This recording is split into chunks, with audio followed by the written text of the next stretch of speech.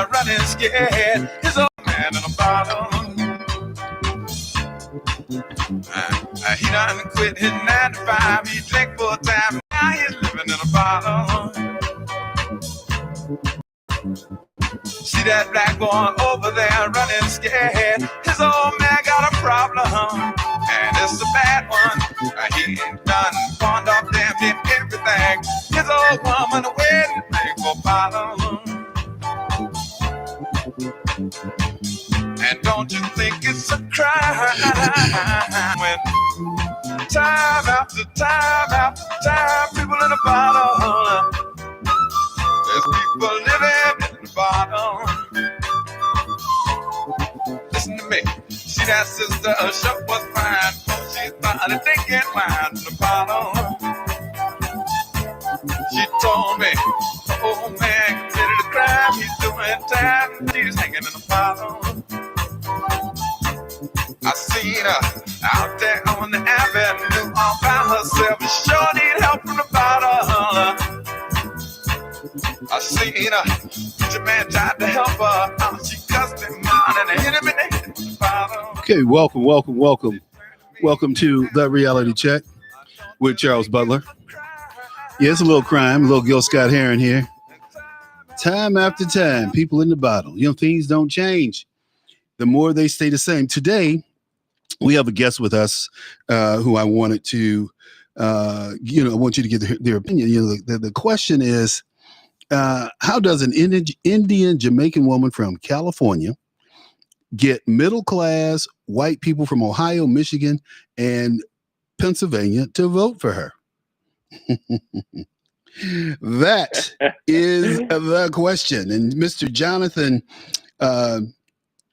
Jakubowski, the author of Bellwether Blues, A Conservative Awakening of the Millennial Soul. Welcome to the show. How are you today, Jonathan? I'm great, Charles. Really thankful you have me on. Thanks so much for the invitation. Hey, look, man. So listen, I'm listening to, what's her name? Come on, Butler. Come on. I can't think of her name. I hate her so much. The Congresswoman, Maxine Waters. Maxine Waters. Okay. Uh-huh. So Maxine is talking about Camilla, and she's talking about how wonderful she is. Well, see, I remember Camilla being Willie Brown's girlfriend. That's how I ran into Camilla in the 80s. And she was Willie Brown's girlfriend. He was very clear that was his girlfriend. And I remember the first time I ever heard a phrase. He said, kissing Carmella is like kissing me. So if you want to kiss Carmella, think about you kissing Willie Brown by proxy. Yeah, that's a scary thought. Scary is not the word, my friend. So yeah. So anyway, how do you envision this woman getting people to vote for her? I don't see it. I don't see it at all. Yeah, it's a great question. What I'd say is through the analysis that I did, where I look at swing counties and swing states, and in my case, the county of Ohio, I found out that Wood County, the county I live in, is one of 59 counties of 3,142 nationwide that had voted in the pattern of Bush in 2000, 2004, Obama 08 and 12, and then Trump in 16. So very unique. And I do a deep dive and analysis of specifically the millennial voter in this region, in the swing region. And what I found is that because the left has gone so far radically left of freedom, the tenets of classical liberalism, and certainly Kamala represents those ideologies, radical left ideologies. It's left a lot of millennials who would otherwise be predisposed to voting in their direction, skeptical, disillusioned, frustrated. In other words, Charles, they have the blues. Well, I came up, even though I don't look like it, I came up in the 70s in college. I grew up in the 70s. And I can tell you that I was so put off by anti-war protesters, by hippies, by liberals. These were people who I considered slaggards. It's just like entertainers.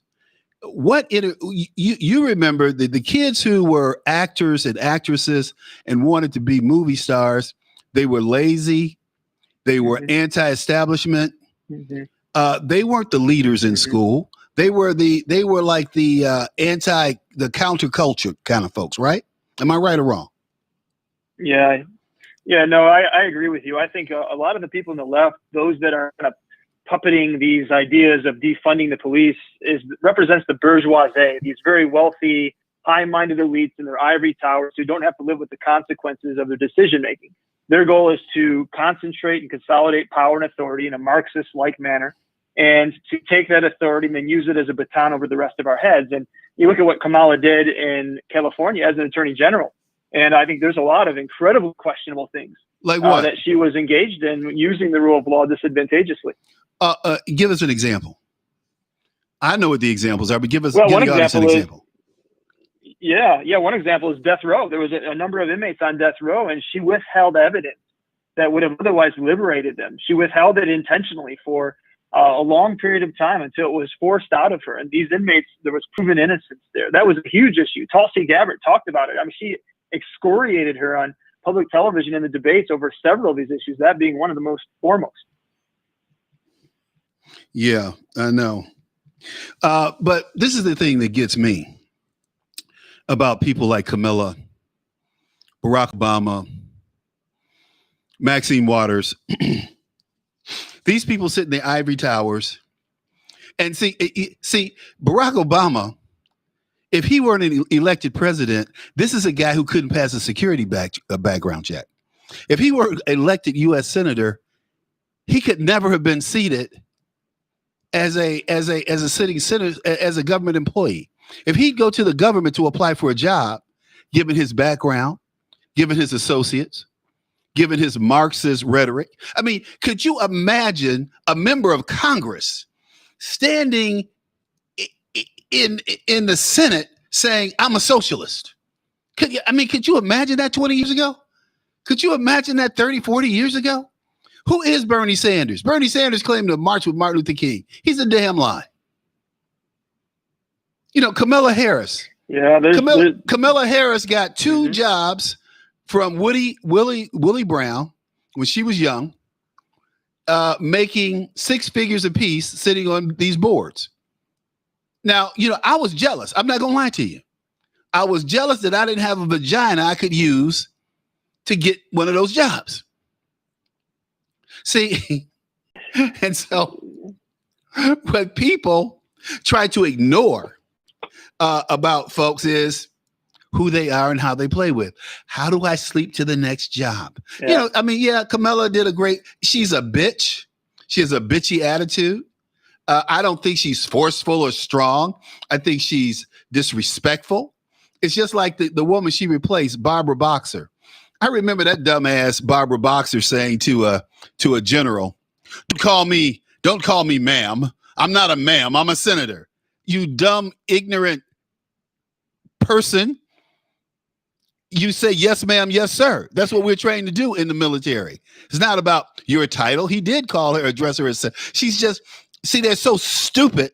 And that's what the problem is with America today. We have lowered our standards in every regard to incorporate women instead of making them step up and assume the standards we'd already established.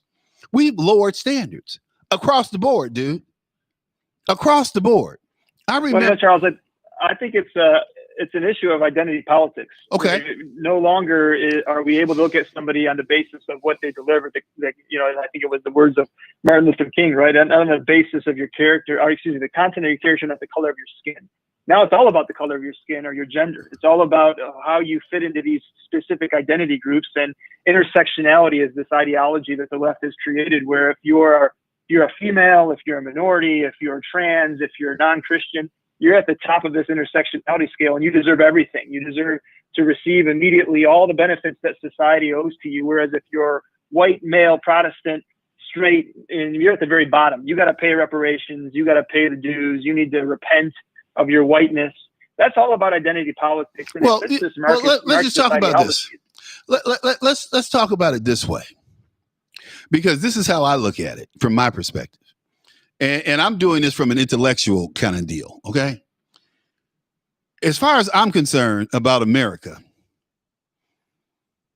white men and black men and white women and black women built this goddamn country. We built this country. We took it from an agrarian economy to an industrial economy to the giant it is today in both agriculture and industry. So what happened along the way? What happens along the way? We get this flood of Irishmen who come in. Some people say that Ireland sent 70% of their population to America. Well, they didn't send the best and the brightest. They sent the thugs and the hoodlums and the drugs of their country to America. And a lot of these people became what?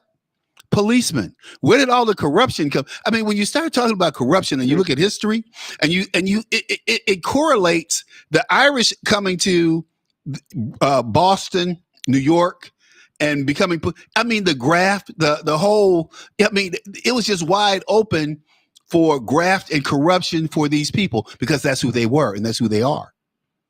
And I remember as a young man that there was still a tinge of discrimination against Italians when I was a boy. Now that's since dissipated, but every group that's come to America has melted into this thing we call a melting pot, except the black people who were already here. See, everybody wants to forget about them, including black Americans. Don't call me an African American. I don't know shit about Africa. I do care about Africa, but I am a black American first. And I put America and Americans first. Okay. So when they talk to me about being hey, I'm not an African American. It's like Kamala Harris. Let me just share this with you so you can put this in your repertoire when you do your research. Barack Obama was the last half black person to bamboozle black people. I said this back in 2008. I know Barack Obama. He and my wife are good friends, ex-wife, good friends. And that's one of the reasons she's an ex. Her relationship with the Obamas and, you know, that whole immoral cabal. And when I address that issue, you know, Barack, when he was running in 2008, they say, well, you know, Senator Obama, you know, how does it feel being the first black? He said, no, my mother is a white woman from Kansas, and my father was an African from Kenya. And he go on down that road, right? Like, I am not a black of slavery descent. I am not a descendant of a slave. And so you had the Africans who we as black Americans don't like, puffing up saying, yeah, we had to send one of our people over here to become president because you're not good enough. You're not pure. You're not, that nobody ever addresses that, right? Because white people run the media. This is what's going on in the black community. So people are hoping that Barack Obama does something, anything for black people. He does nothing for 8 years, but he's condescending and degrading to black people, saying, pull yourself up by your bootstraps, straighten up, fly right, and all that kind of crap, just like his racist ass grandmama, white grandmama. So Kamala Harris comes in, right? She's Jamaican. She's Indian. You look at Kamala and you say, oh, she's a black woman. I don't look at Kamala Harris as a black woman, as a black American. I look at her as a foreigner. Her parents are from Jamaica and her mom is from India. I don't look at her as a true black American. She came here like most Africans do, and most people who come here, with family structure. She came here with lineage. See, when you start talking about the black American family and what black Americans have gone through from systemic racism that is really real. I'm not talking about the if, woulda, coulda, shoulda kind of stuff. I'm talking about impediments that have been put in place. There is no reason, as you well know, Jonathan, there is no reason to have two schools, and one school you can't have any new books, but the other school has all the new books, all the new football equipment, all the new everything. So my thing is, see, I don't want my kid to go to school with white kids. I would rather for my kid to go to school with kids like him or her, whose parents have gone to college, who are middle class or upper middle class, or wealthy people. That's who I would rather my kid go to school with. It's a class issue for me, not a race issue.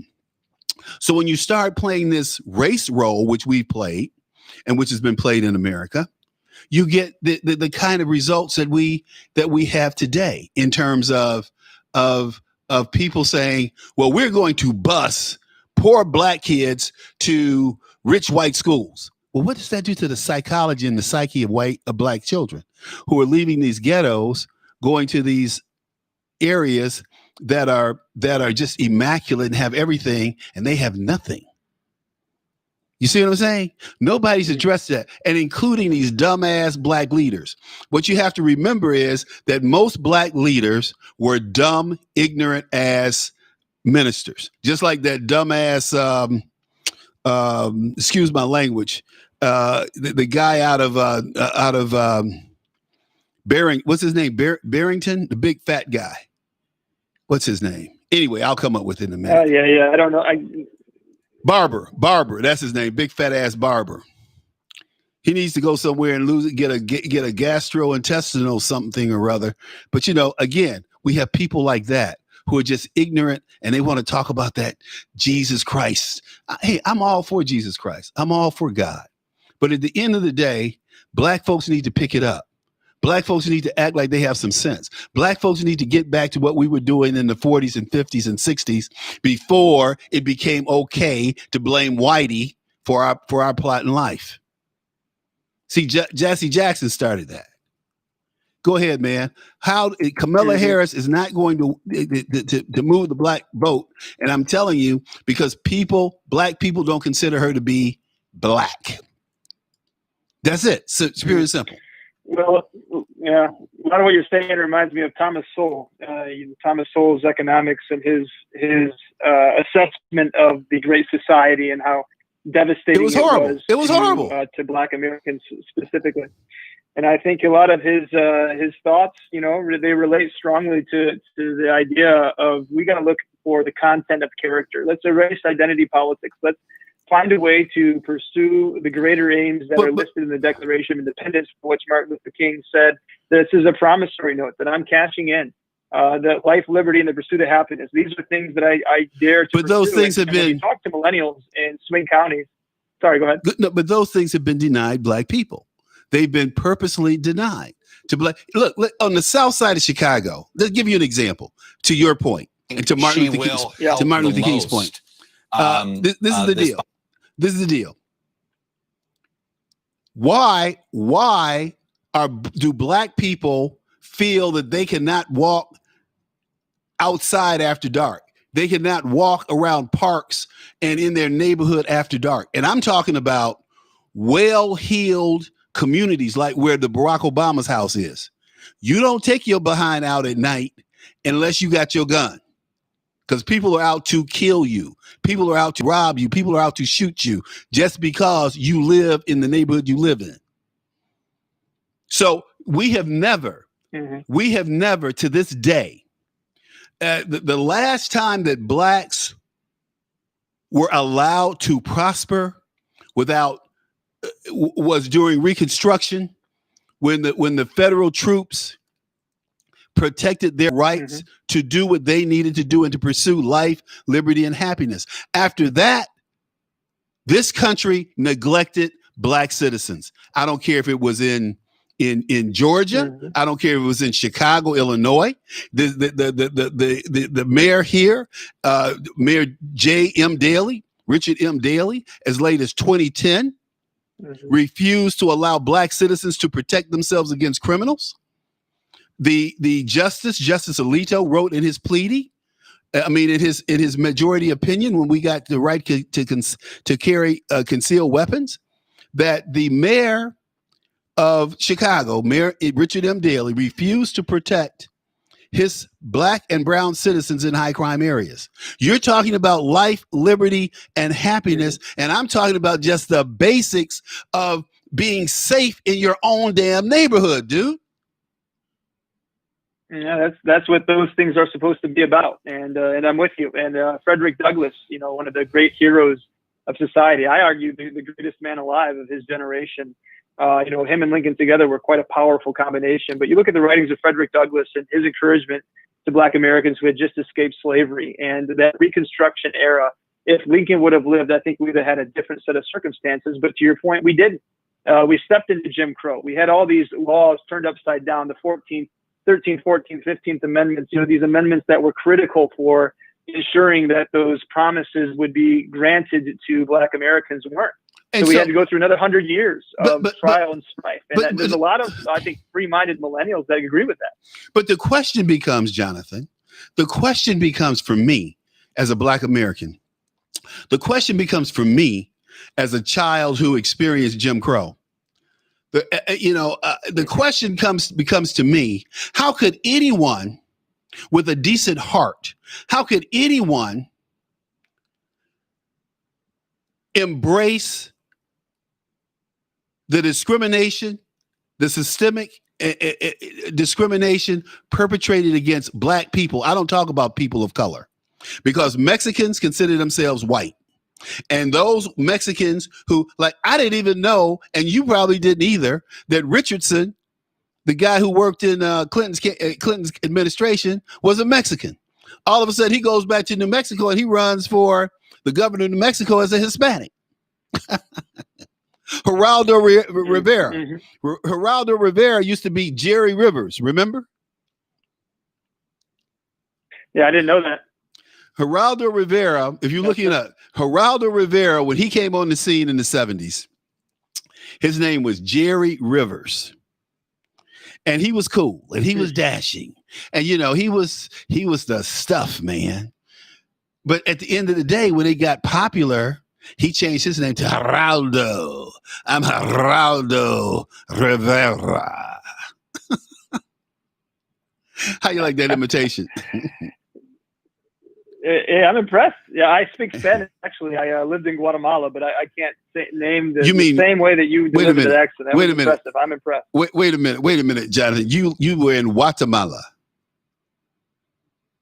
In Guatemala. Yeah, I aprendí español in Guatemala. I learned Spanish in Guatemala. I have a nonprofit down there that does work there. We have some work in D.C.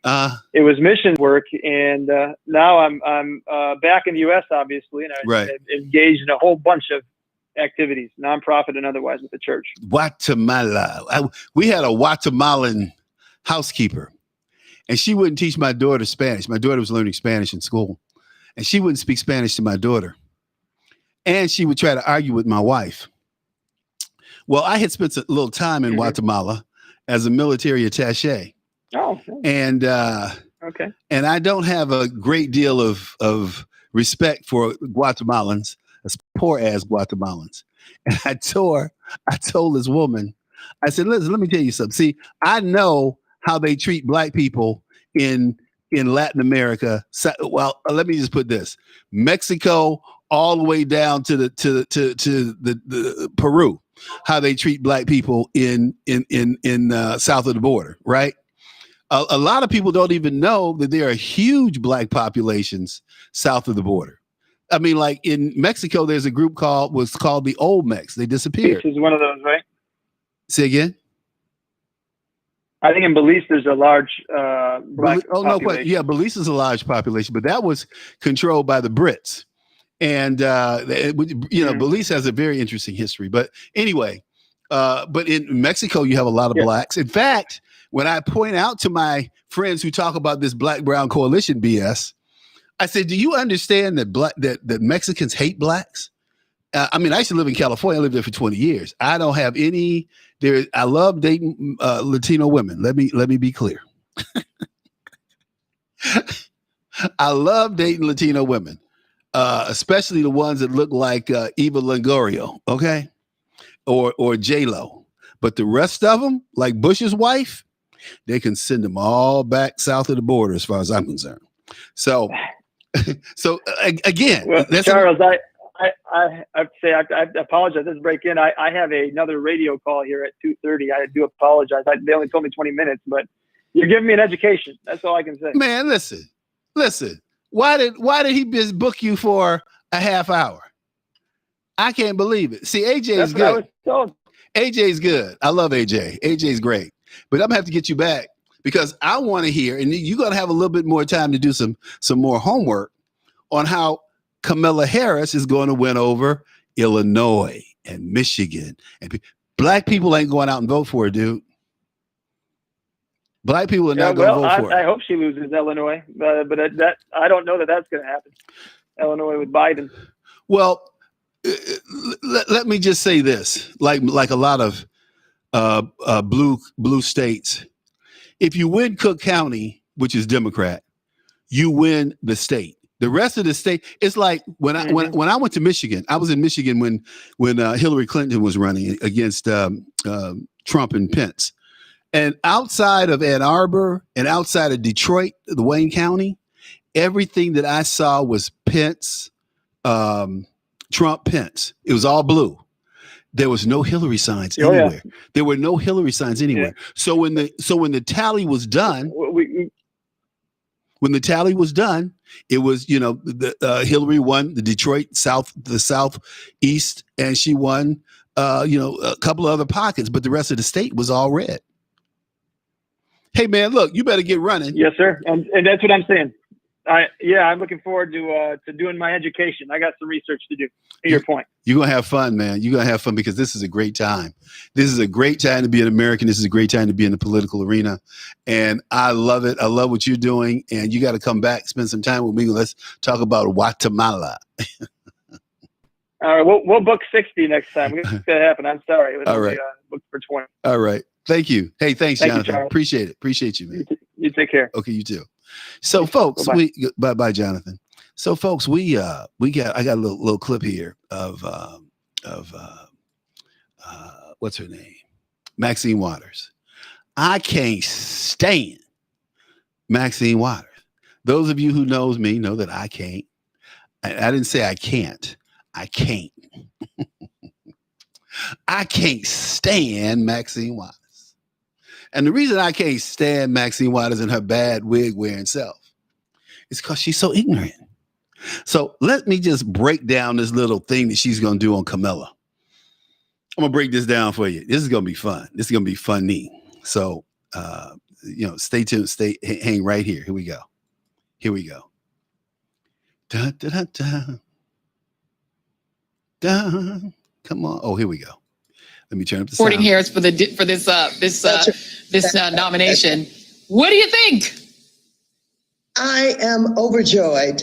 I feel that this historic moment is one that I will savor for many, many years to come. To tell you the truth, I witnessed the first woman who was selected to be Vice President, Geraldine Ferraro, when I was in the women's movement. But at that time, we couldn't even envision an African-American woman being chosen to be the Vice President. And here we are today with this historic moment where Kamala Harris has been chosen. And I am overjoyed. Okay, so let me break this down for you, okay? Let me break this down to you and for you. Geraldine Ferraro was chosen by Walter Mondale as his running mate, I think in 84? I think Mondale Ferrero, I think it was 84 that Mondale and Ferrero ran. Let's see, running mate. And I remember when that happened. And let me say this, it was no big deal. It was really no big deal. I mean, nobody had heard of Geraldine Ferrero. Bless her heart. And let me say this about Geraldine Ferrero. I love Geraldine Ferrero. I loved her interviews. I thought she was just too cool. She was just, she was just bubbly and a real firebrand, and she brought a different, take to the race. but the race was over before it began.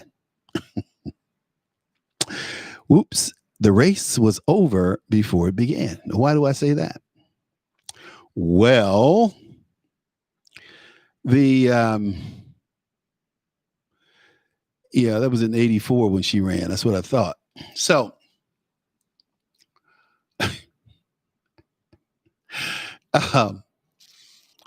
Maxine Waters says, I couldn't have thought. Who would have thought? That a black woman would be? That's how dumb Maxine Waters is. Maxine Waters is an ignorant person. She's not very bright. Martin Luther King said on television in 1963, I'll never forget this, because I was one of those nerdy kind of little kids. If we didn't go to church on Sunday, I would watch Meet the Press or, one of those little nerdy shows. Now, you have to understand, we had in those days, you had one big TV in the house, or maybe you had two if you were lucky. And we were lucky enough to have two televisions, one upstairs in the living room and one downstairs in the basement. So I'd ease downstairs to the basement and hook up turn on the TV and get the little rabbit ears out, the little antennas, and dial in the airwave because, I was in the basement. So I had to have an antenna, to pull the signal in. So, and then I'd have Meet the Press, right? Here's Meet the Press. So I'd sit there and listen to Meet the Press. And I remember one day Martin Luther King was on. And he was asked a question about when did he think there would be a Negro president? That's when we were Negroes. I keep it in context. And King was very clear. He said, I think that there are black men who are qualified today to be president. He said, however, I don't think it will happen for the next 40 years. Well, Martin, it took a little longer than 40 years for it to happen. However, Colin Powell could have pulled it off. But Colin Powell, again, Colin being Colin, didn't have much heart, right?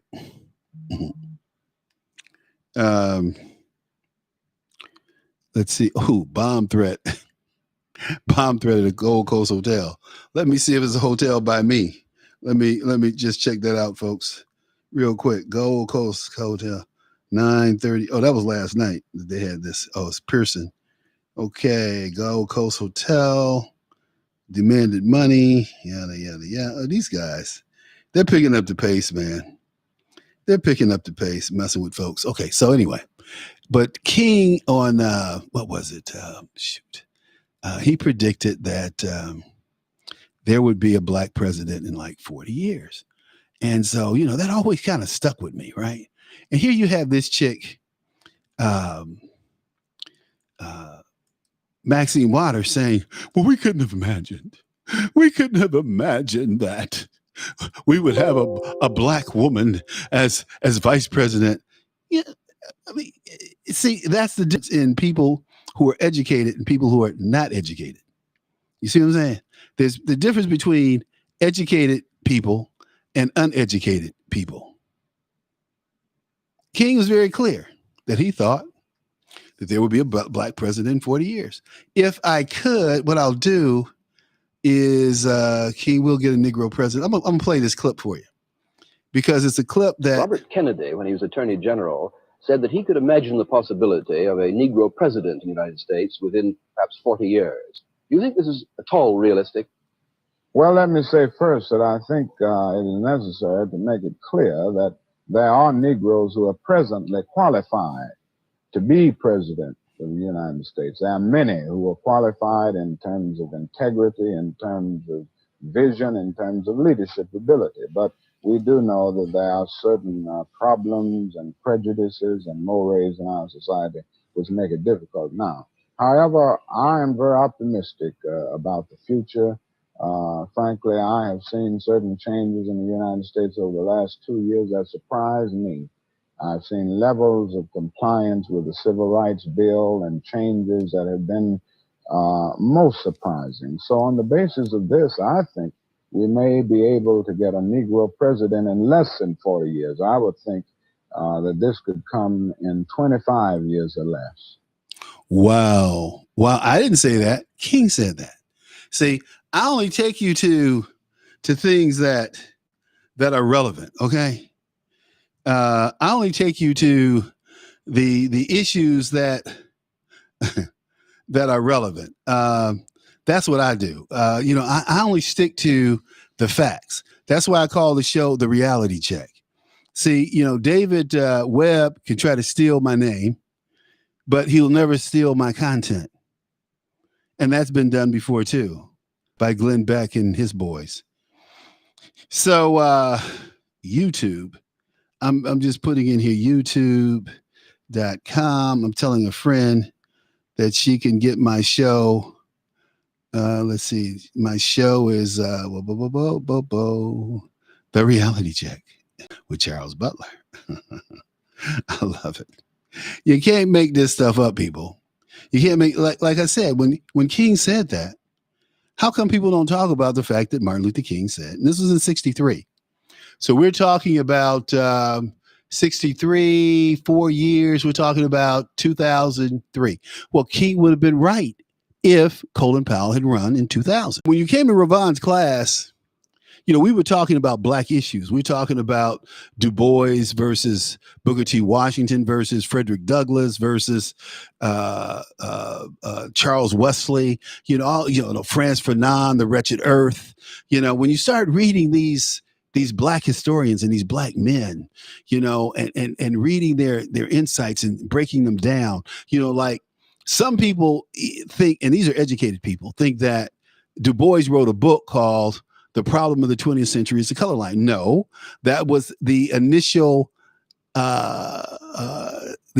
sentence in a book called, I think it was After Reconstruction or Up from Slavery. I can't remember which. I think it's Up from Slavery, where Du Bois made a challenge that the problem of the 20th century would be that of the color line.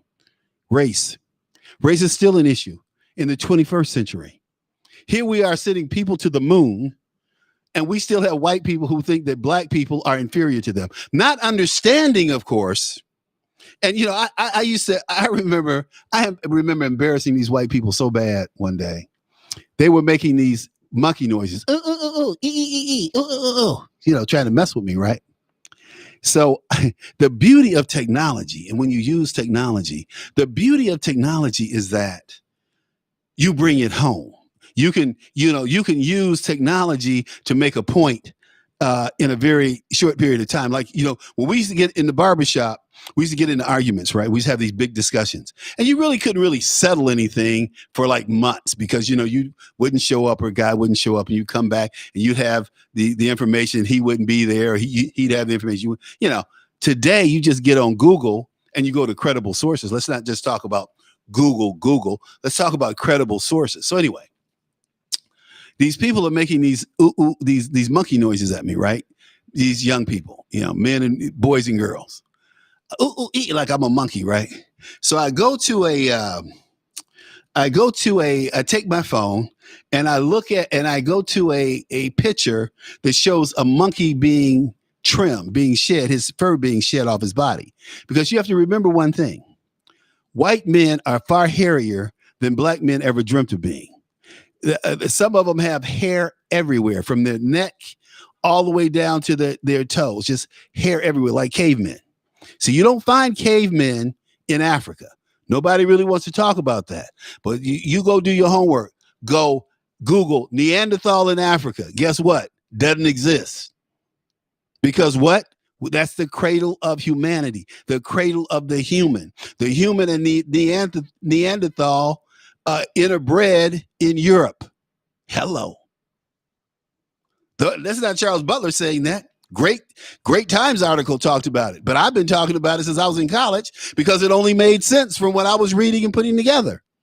But of course, nobody really wants to deal with that when you deal with history. That's what Dr. Ben Johanan, when I was coming up, Dr. Ben Johanan who was an Egyptologist, would talk about the pharaohs being black, being Nubian, and how Napoleon broke all the noses off of the fixtures in Egypt, and they're not broken off; they're chiseled off because they're what? They're flat and they're wide noses, which indicate what? Negroid features, just like Jesus Christ.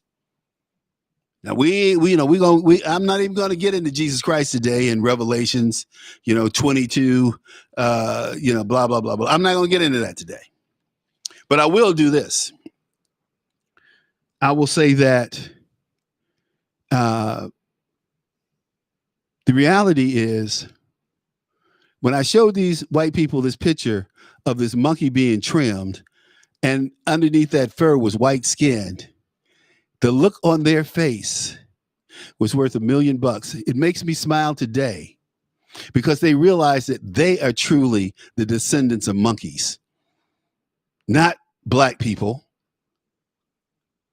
Our skin color and this thing we call melanin that gives us this brown color is a neurological chemical. Look it up. It's not just for, makes your skin darker, protects you from the sun. It's a neurological chemical. That's why black children develop faster than white children in every category before they attend what? Kindergarten. School sets black children back, and it always has. I know black children who were reading and writing before they went to school, and they went into school and they became dumb. And they became dumb because we have dumbass teachers, and we have our children. We put our children's minds in the hands of white people. The dumbest thing we could ever do. These dumbass black people. So when you start talking to me about black America and black Americans, I have a whole different take than other folks. And it's not that I'm a segregationist or separatist. Not even. But I believe that people should band together and do what they do with themselves. That's what the Jews did. But every time blacks get ready to do that, Jews complain. Now, Jews get together, they stick together. Supposedly, they work together, they spend their money together, but they want to take black folks' money. So that's why you look at a community like Harlem. Harlem is not owned by black people. Harlem is rented by black people. Black people don't own the brownstones. They didn't own the businesses. They were renting from Jews. There's a whole great story out here about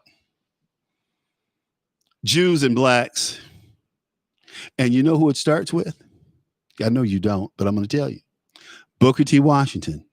The Jewish leadership came to Booker T. Washington in the 1890s and said, what do we need to do to make it in America? Well, let me tell you what he told them, and let me tell you where you can find it. He told them he laid out the boilerplate and the game plan for making it in America, and it's outlined in a book called Working with Hands. Hello, Working with Hands. Book you never heard about. It's free on the internet. Look it up.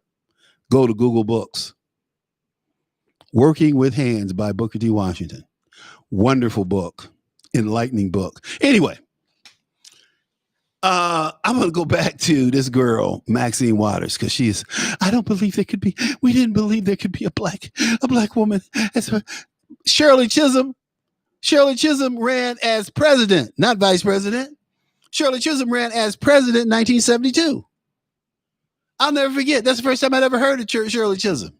I was so proud of her. Now, I'm at University of Michigan, anti-war campus. Those white kids didn't support Shirley Chisholm. The liberals didn't support Shirley Chisholm. The Democratic establishment didn't support Shirley Chisholm. Shirley said, I'm running because I am the best candidate. That's why I'm running. I was just so proud of her. I'm still proud of her. Now, ask me, am I proud of Kamala Harris? Hell no. Kamala Harris is a carpetbagger, a scallywag, a perpetrator.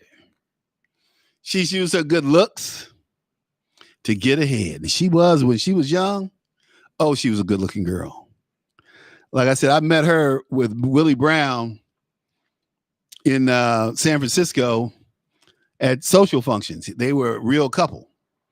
And Willie would, he would make comments to the guys like, well, yeah, you could try to steal my girl, but you just be kissing me. You just be kissing me by proxy. But Lord have mercy, she was a good looking woman when she was younger. Oh, Lord. And she's not bad looking now. Not my type, but we got, who do we have that's calling in here? Hey, how you doing? Caller? Hello? Hello? I guess I have someone who just wants to listen. So let's go back to Maxine. Come on, Maxine. With this historic moment where Kamala Harris has been chosen, and I am overjoyed by this decision. Yeah. I think it's a great decision. I think she'll be so good running with Biden. I think that they'll make a good team. But what's important about this moment in history is this. Many of our elected officials have arisen at the point of change. And for when you look back at some of the decisions that they may have made, you don't have to worry about any of those decisions anymore. You can see that change is taking place. All of those protests that we had was not simply about George Floyd and the fact that he had been killed because a police officer had held him down with his knee and taken his breath away. It was about inequality. It was about getting rid of racism. It was about change in America and getting. America is not going to change. Let me be clear. The only thing that America understands is respect. See, I don't want people to like me. I could care less if you like me. I could care less if you want to be my friend. It's not important to me. What's important to me is that you respect me. Because if you respect me, that means that you and I can respect each other. We can agree to disagree. We can agree to work together. We can do a lot of things if we have respect. That's all I'm looking for is respect. I don't want anything else. I don't want your friendship. I don't want to date your wife. I don't want to date your daughter or your son. Just saying. I thought those things in there, Anyway, but here we go. This woman, she is so off base all the time. Maxine, well, it's historic, and this wasn't about George. Yeah, it was about George being choked out. But more importantly, Maxine, your constituents live in a war zone. Your constituents are being killed by Latinos. Your constituency you have wholesale neighborhoods that are being threatened and extorted by Latino groups, and you still trying to get elected with your sorry ass. And you don't even live in the district, Maxine. You live in Hancock Park. Hello. Man, I'm going to try to get this caller on one more time. Hello, caller. How are you? Hello? Okay. So I guess the caller just wants to listen. Okay. So Maxine. Sorry, Maxine. It ain't happening. We ain't feeling you. And we're not feeling Camilla either. Camilla is a token nominee. There's nothing good that's going to come of this nomination. She's not going to pull the black vote. Black women are who black women are, stupid.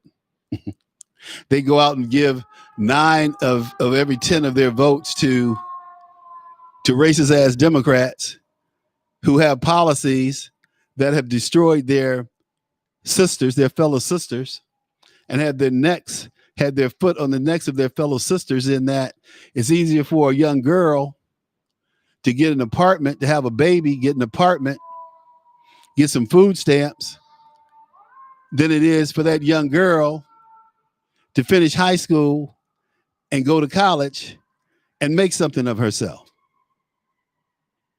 because of Democrat policies. And these people go right back and vote every time. Cause I'm a Democrat.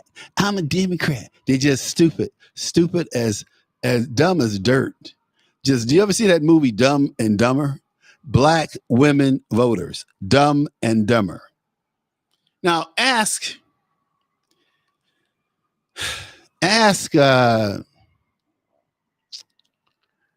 how black women fared in the Republican Party.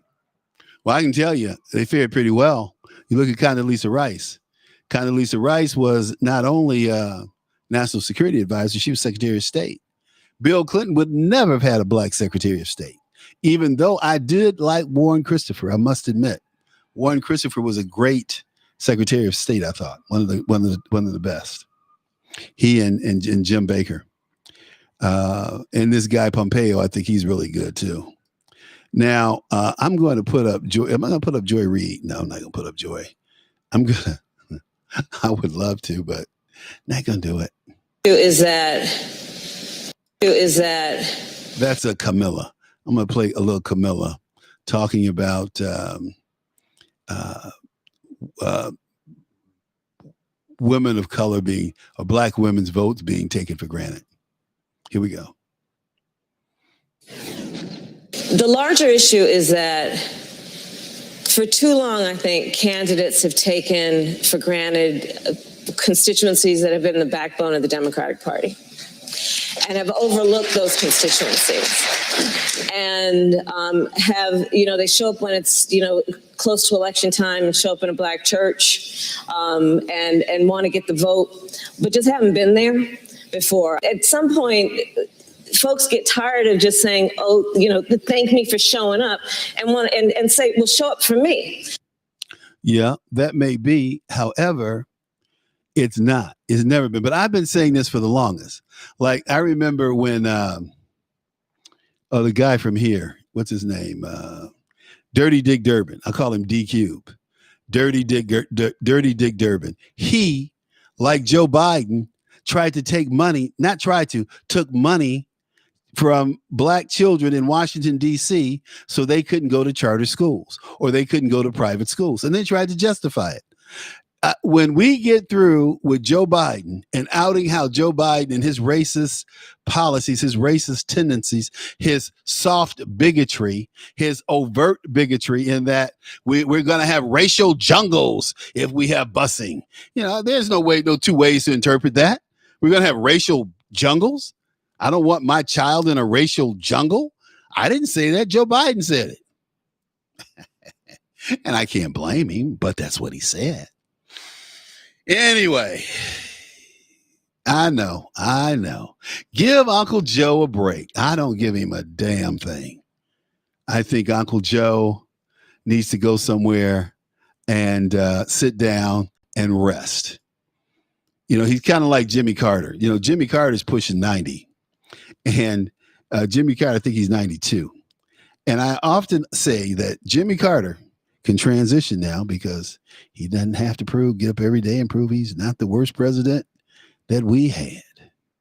So look, I'm going to segue out with a little Eddie Harris and Les McCann compared to what?